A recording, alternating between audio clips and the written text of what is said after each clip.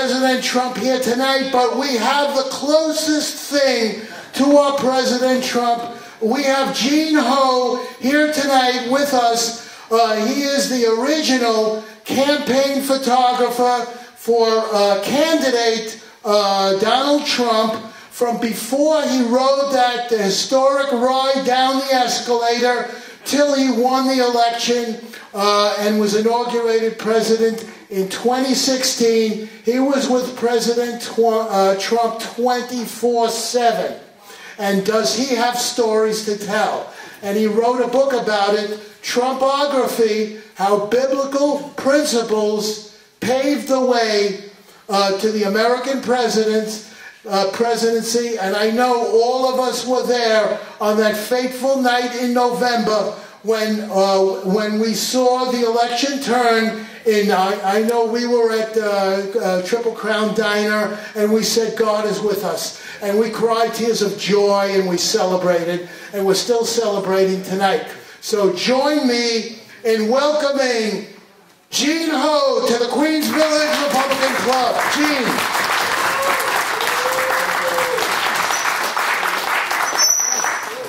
All right, so let's do it. All right, let's make sure, first of all, that I'm in the right place here. So, are there any Donald J. Trump fans in the house? Pretty good. All right, let's just make sure. Any Melania Trump fans in the house? Give it to me. All right, just to make sure, are there any Hillary Rodham Clinton fans in the house? Wait, guys, you have to be fair because they called me out on that. They said, Gene, have you ever personally met Hillary Rodham Clinton? And I had to say, no, I didn't, but I have proof that I didn't meet her. Because I'm still alive. So, best job ever. I had the privilege of being Donald J. Trump's personal photographer. And now after the lesson, I am the official photographer for these two wonderful women. Does anyone know who Diamond and Silk are? Diamond and Silk? Personal photographer for Diamond and Silk. I knew Diamond and Silk before they actually became famous. And this is a story. This is a true story. So, I knew them, and we were hanging out backstage, and this is how it was, because my name is Gene Ho. My first name is Gene, the last name is Ho. But everyone from the campaign, they kept calling me by my first and last name together, and everyone loved me. I was a big deal. Every time they saw it, it's like, hey, Gene Ho's here! Gene Ho is here! Gene Ho is here! Okay. Diamond and Silk think my name is Gino. For 2 years, they called me Gino. I thought they were flirting with me, you know. So finally, they give me a call. One day, like 2 years later, they give me a call and they say this. He goes, it's Silk. I have her on my cell phone. She goes, Gino, baby. What's up, Silk? Are you drinking some wine? What's going on? Gino, baby. Time magazine wants you to take a picture of us with Donald Trump. I'm like, oh my goodness. Like, I'm a photographer. That is like an honor to be, take a picture of Time magazine, and not only do that, have Donald Trump and Diamond and Silk on Time magazine. So we did it, took the best picture ever of them two, and then from then on, every week after that, for about 2 or 3 months, I have to go to the grocery store to look for the Time magazine, because I'm certainly not going to subscribe to that dumb magazine, right? I'm not going to subscribe to it. So I have to go to the grocery store all the time to look. Could you imagine you go to the grocery store, Time magazine, oh, it's not there. Go there next 2 weeks later, oh, Time magazine. No. Finally, guys, it really did happen. I'm at the grocery store, I'm so excited, I open it up. My picture that I took of Donald Trump and Diamond and Silk in Time magazine. Give it up for me. Come on.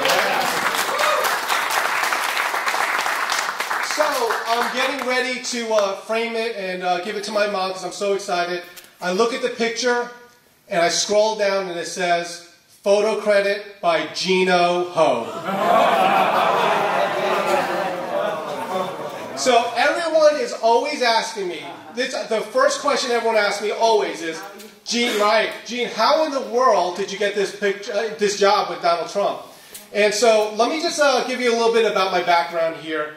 I have been a photographer for 30 years, and I never did politics, but I was known as a celebrity photographer. I did sports stars. I did the weddings of NFL quarterbacks. I did Hollywood stars. So a lot of people already knew about me because I was a big deal in the photo industry. I even traveled to New York. There's a big place called B&H Photo. I did a talk there. Had my video, 500,000 views on my training video. So a lot of people knew about me. So what happened was the Tea Party asked me to go and take pictures of the whole convention. This is long before Trump was officially announced. It was a big convention. Ben Carson was there. Ted Cruz was there. And Donald Trump was there. And the thing with it, guys, I'm telling you, Donald Trump's people were just freaking out that I was there taking pictures. I'm like, oh, Gene Ho's here. Gene Ho's here. Mr. Trump, Gene Ho is here. And Donald Trump was like, who the hell is Gene Ho?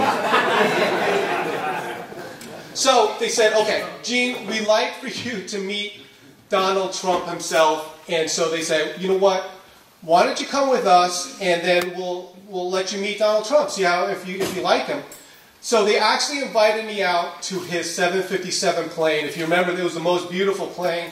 And I was like, okay, cool. I'll go and check out his plane. I go there, and I gotta play it cool, right? So it was like, hey, how are you doing, Mr. Trump? And I'm like freaking out. I'm texting my wife, oh my goodness, I'm over here on Donald Trump's plane. And then we're just talking. And then finally, what ended up happening was met him, loved him. And the thing is, at first, I'll be honest, I thought he was going to be like the biggest jerk in the world. You know, just as the first impression. This guy was so nice. I mean, he treated everyone around him like just amazing. So then what happens after that is I actually get a chance to take pictures of the whole convention. I take pictures of Donald Trump, and I'm so excited about it. So I'm posting it all over Facebook, and I'm so excited. Didn't think anything of it, but I sent him pictures to his organization. Not thinking anything of it. Sent it in. I'm just like so excited because I met him, and he's so nice. And so I was blasting it all over social media, just showing off that I took Donald Trump's picture. And then about 3 weeks later, after that, I get a letter. And I was so excited because it was from Donald Trump. And I opened it, and it said, Mr. Trump would like you to read the following letter. And then I got depressed because I thought it was a cease and desist letter. I thought he was going to say something. But instead he says, no, Gene, love the photos, love them very much, thank you. So, perfect, right? Didn't think anything of it. Then he actually invites me to the first event, and I did the first event with him. And then from then on, guys, come on, give it up. I worked it until the last day, just before the election day. So stayed there the whole time. Never got fired. Thought I was going to get fired a couple times. Never got fired. But I'll tell you a couple of stories about it, how well it went. Well, first of all, there was a time, early on, it was a great experience. But later on, it got really tough after that. What ended up happening was a time that I almost got killed by Secret Service. So, if you can imagine this, my job for this is to make sure Donald Trump looks good at all times. And I did a couple of different things. I would do the pictures at the rallies. We would have meet and greets there, and then we'd do the meet and greet pictures, and I would do the VIP pictures. And I also had access to backstage in the green room sometimes. So here I am with Secret Service, and it's great and everything. But Donald Trump comes out with him, and his tie is crooked. And so I walk up, I basically run up to Donald Trump like this, and then Secret Service goes, oof, stand down, stand down. I'm like, no, stand down. Oh, I was like, they thought I was attacking Donald Trump by attacking. I said, I wasn't attacking his throat.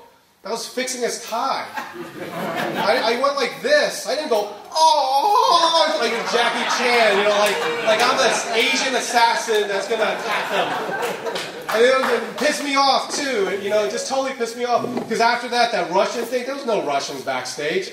I really, really wanted, I'm not joking, I really wanted it to be China collusion so I could get on damn TV, you know? Just to be able to talk. It's like, oh yeah, but they constantly say that Trump's a racist. Man, it's like furthest from the truth. How in the world does everyone that's a minority that ever met Donald Trump think the world of him? I mean, this guy is just, he's a genuine guy, a great guy to be around. And the other thing about it is, I'm going to tell you the truth about this, is Donald Trump, when it comes to that, loves the veterans. Any veterans in the house here?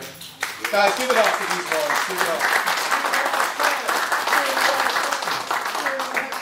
So here's the thing with it, and this is the truth. I'll tell you a couple of stories about how Donald Trump is backstage and everything.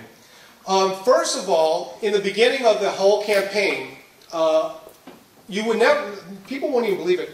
There are more people in the room here listening to me talk about Donald Trump than his first 3 or 4 events.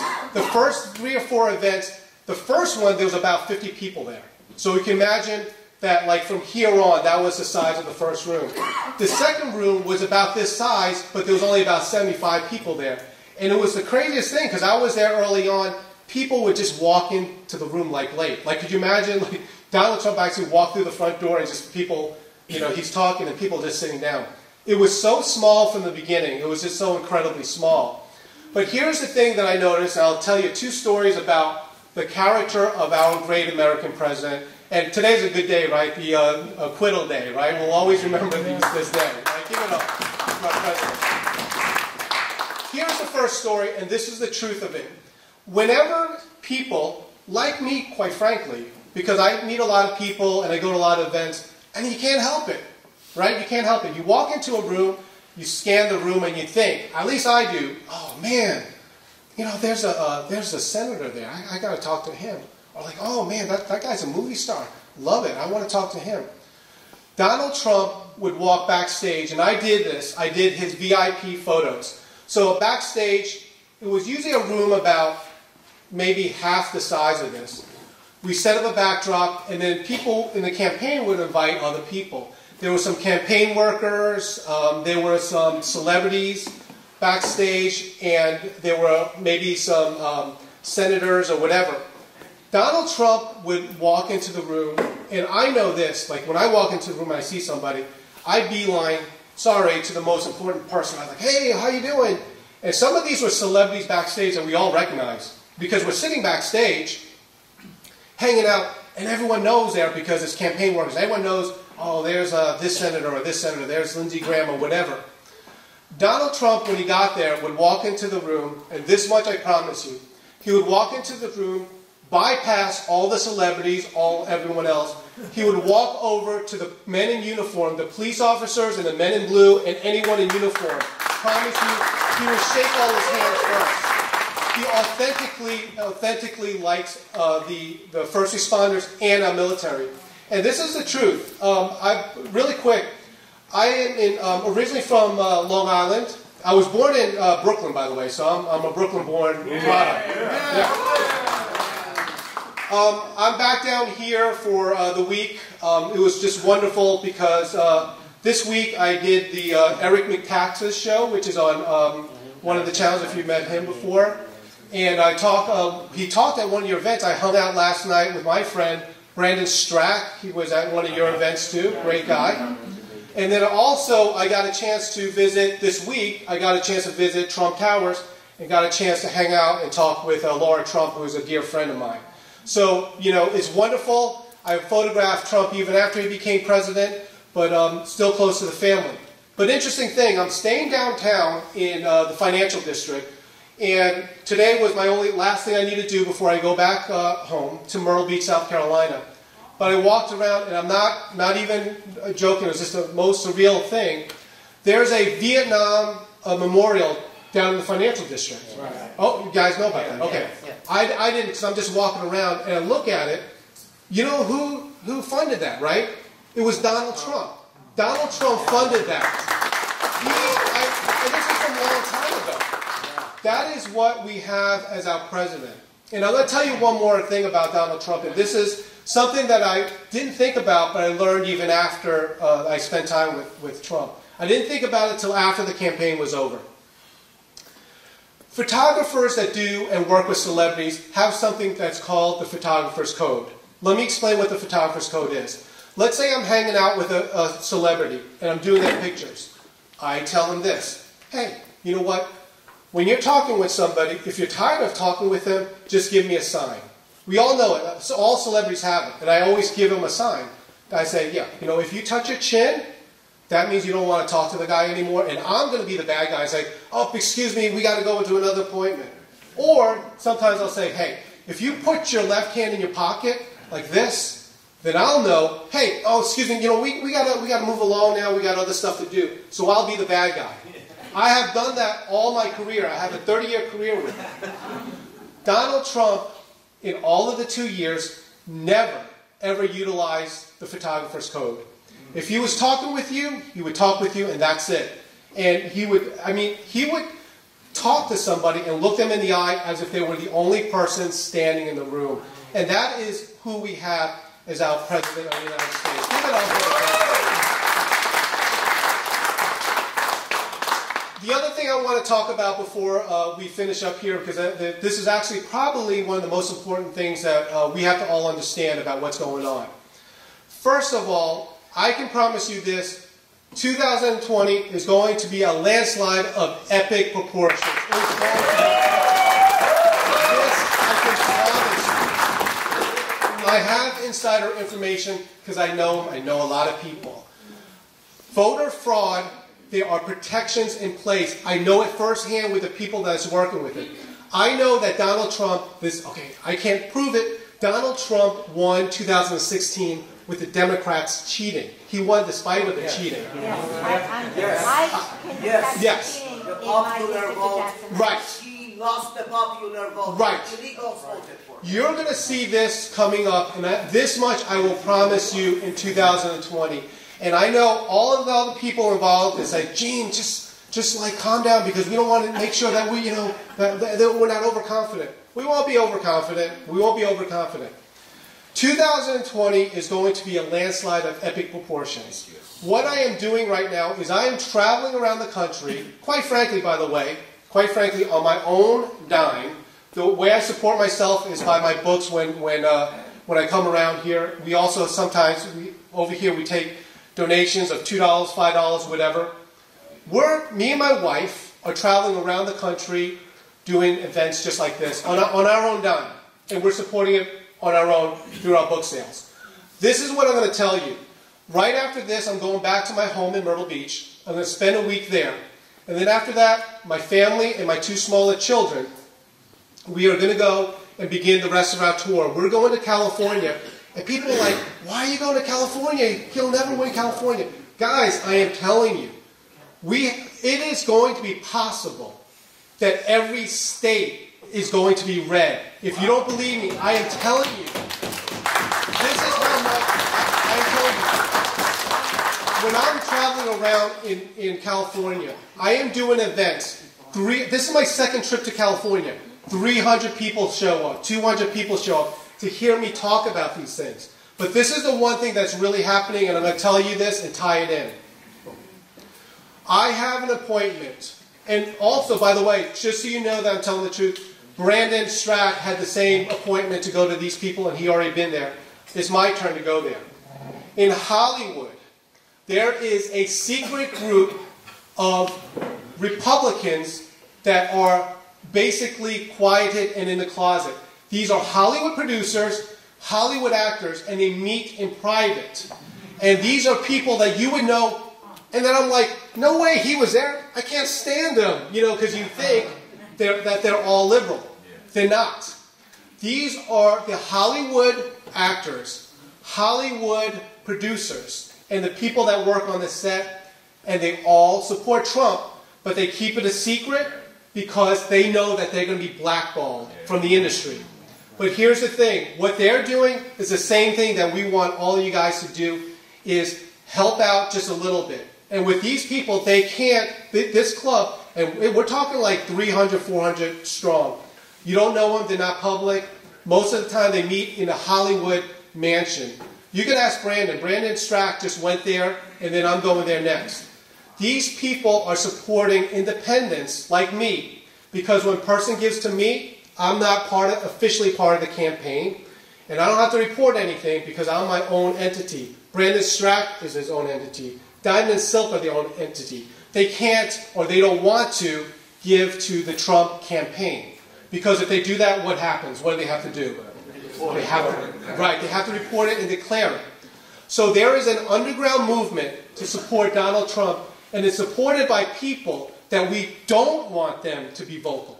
I get it. With all of us here, we want you to be vocal. If you have money to support, to buy a book, yes, we want you to do that. But I'm going to tell you the story about what happened to me. And this is the truth. Number one, I was not a Republican, okay? I feel embarrassed to say this, all right? I voted for Bill Clinton, all right? So just because I was dumb and dumb, right? Okay, this is the truth. Once I went and got involved with this, I had perhaps one of the largest photography studios in all of America. And I know it sounds like, oh, how big could it be? It was 25 photographers big. And I know, like, when it comes to this, I was talking to Laura Trump. I said, you know what? Yeah, this was the size of my business, 25 photographers. And she goes, no, are you joking me? Like, most photographers that you know is just one person, right? I had 25 photographers working for me. So if you take this and, like, from this corner of the room, I mean, think about the amount of money that I was making, okay? You're doing a wedding. You're taking $1,000 and $1,000's going to me. You're doing a wedding. $1,000's going to you, $1,000's going to me. I mean, there were some weekends, guys, easily for me, $50,000 for a weekend. You guys know wedding photography. They make a lot of money. I was cleaning house with this. I was cleaning house so much that when I was 30 years old, I had my own personal stretch black limo with my own driver. So I had all the toys, had the Maserati, had everything. I had the 2 homes, had all the cars. This is what happened. I wanted to be the silent majority. During the whole campaign, all of my photographers, and you know in the photography business, in the arts, they're all super liberal, right? Yeah. We all know that. So, I was the silent majority. I was the one hidden because I didn't want my whole world to be torn apart. So, for lack of a better word, I was not the most honest with my staff because they all hated Trump. So I said, guys, come on, man. Oh, don't worry about it, man. You know what? This is Donald Trump. It's my job. Of course I'm going to do my job. What do you think? I'm going to just do my job. So I did that the whole time. But then, on the last day, before the election day, I did my final event with him. And I said to my employees, I said, I got to say something because I believe in Donald Trump. I've seen him firsthand.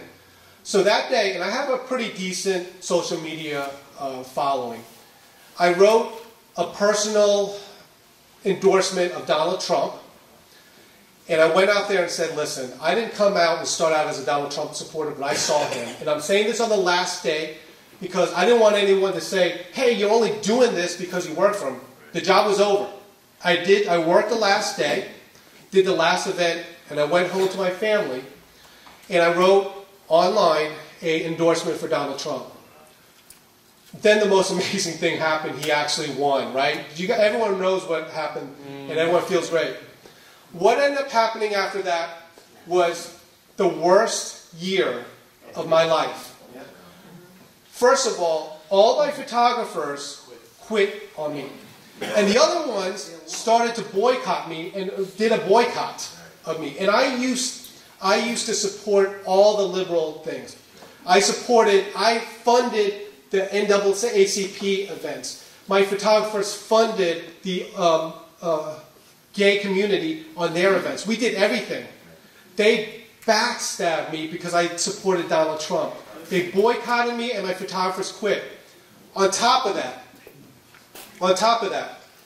how many of you have ever been audited by the IRS? Okay. I've been a photographer for 30 years. How many people have been audited twice by the IRS only since he started working for Donald Trump? I got audited when I first started with Trump, and then after Trump won, immediately I got audited again. And this second audit, was so bad that my accountant said that it was the worst audit she's seen in 41 years of business. The average audit lasts 3 months. Mine lasted 9 months. And the thing is, I know what was really going on, what it says. I know this so well. If you don't know anything about an audit, and you have to remember, they're auditing years that I'm making $500,000. Once you cross their magic line, and it's $50,000, by the way. So I made a mistake. I had my nanny was working for me, and then once I had children, we said, hey, instead of doing this, would you like to be my children's nanny? So she's always been working for me, and then she became my nanny. The only problem was, I'll be honest, I didn't know. I really didn't know. You have to pay her out of your personal and not the business, but I never thought about that because she was always an employee to me. So right there, you had $30,000, $35,000 right there. And then from then, it's like, nope, this doesn't qualify, $36,000. This doesn't qualify, $37,000. Okay, now we want you to get this. That doesn't qualify. Basically, it goes up and up. And then once it hits $50,000, guys, you're screwed. Because what happens next is they go and they say, we want to see your personal calendar. And then we're like, wait, how could you do a personal calendar? Well, it shows us what we need to know. What do you think a personal calendar is going to look for? What do you think they're going to look for? They're going to say, oh, you know what, on the calendar, so-and-so event paid in cash or so. They're looking for anything to say, hey, you did this on purpose. I am telling you guys, it was the worst year of my life. I'm going bankrupt. My photographers are quitting. And on top of that, guys, honestly, I thought I was going to prison. I thought I was going to prison. And it's not strange. We know all of them. We know Manafort. We know Roger Stone. Guys, they were like destroying people's lives. Yeah. And really quick, I just want to show you how that happened. By the way, just so you know, in my book over there, and this is the truth, you can see it.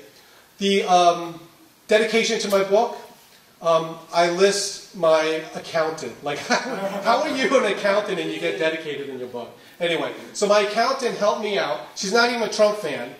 Helped me out and didn't charge me for that time because she saw what was going on. She's not even a Trump fan. But it went 9 months, and if I could just tell you exactly what went on during that time. It was the worst time of my life. And then I remember one of the last audits, and I'll never forget it, because at the time, I didn't really, throughout my life, I wasn't a man of faith and all that. And I didn't know where to turn. So on the last one, the audit, my accountant was there, the head of the area of the IRS was there. I was there, and I did this. I pulled up a chair like this, and I said, Jesus, if you want to sit there, sit there. If you want to go there, be there.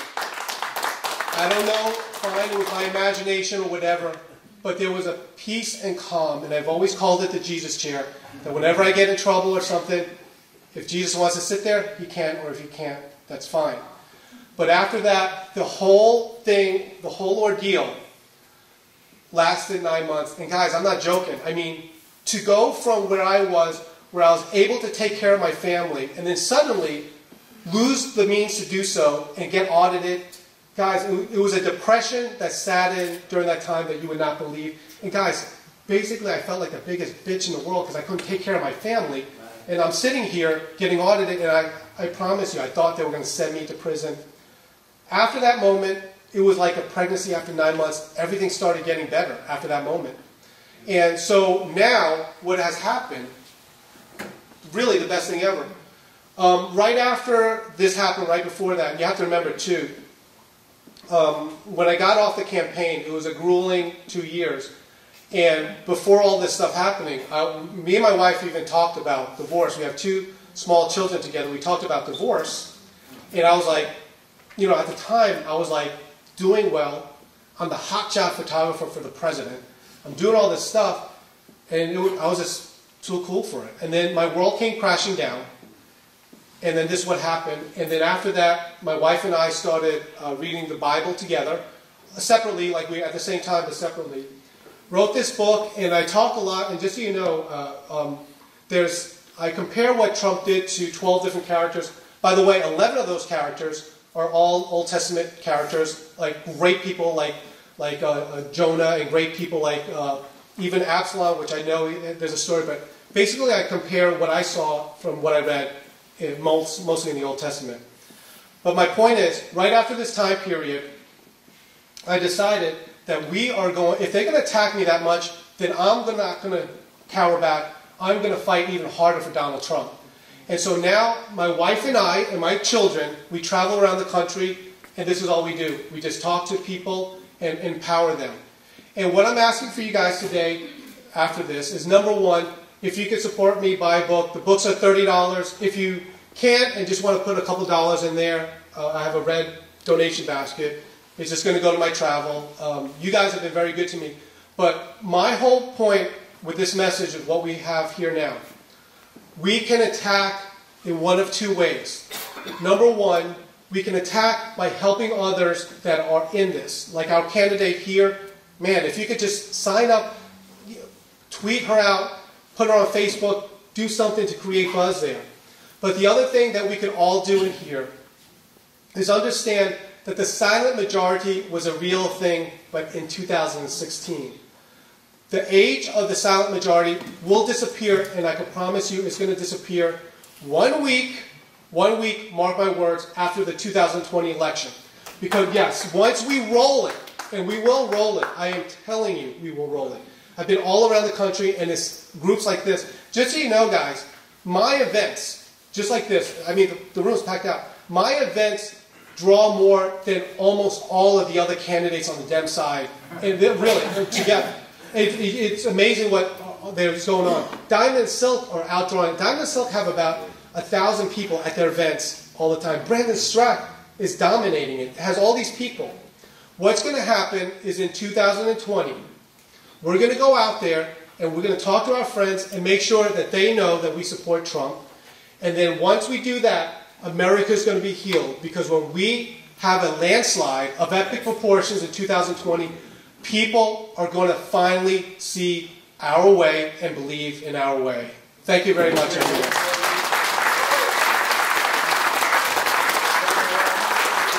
Let's hear it for Gene. Okay, we have time for just a couple of questions. If you want to give it, raise your hands. And Howard? Yeah, thank you very much. It was a fun experience you have. You were targeted by the deep state. Clearly, the weaponized IRS. And today the president was alluding to in his incredible speech today about trying to do something to fight finally against this deep state and all the people who are involved in this street in this effort. Are you aware of any kind of information about what's going to go down with that?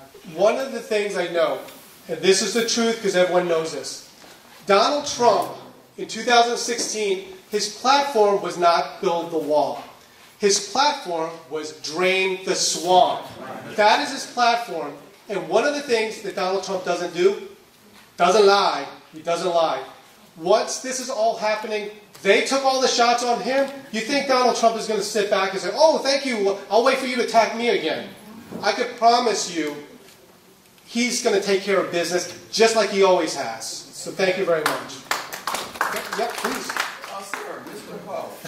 This is my friend, God. This is my friend. Mr. Ho, no, but seriously, the question that was asked of you before about, not here but in another venue, about the difference between the disingenuous mainstream media taking pictures to intentionally make him look bad when a photographer's job is to make you look as good as possible. Yeah, you know what? Really quick before I'll answer one of that. You know what? I forgot about the story. The first person that Trump met before he ran was my friend. He's a quadriplegic. He's in a wheelchair. He gets around with like the straw in his mouth, and that's how he moves. This is the truth. Donald Trump met with him, and I took his pictures. After I took the pictures, I said, Corey Lewandowski, here's the photos. Mr. Trump, here's the photos. The campaign and Trump never used the photos. They said they don't want to use it as a thing, and they wanted to honor my friend. They never used it. Even after, and I was there when they said that, oh, Trump made fun of a handicapped person. I said, Corey, this is our chance. Remember those pictures? He was talking to him.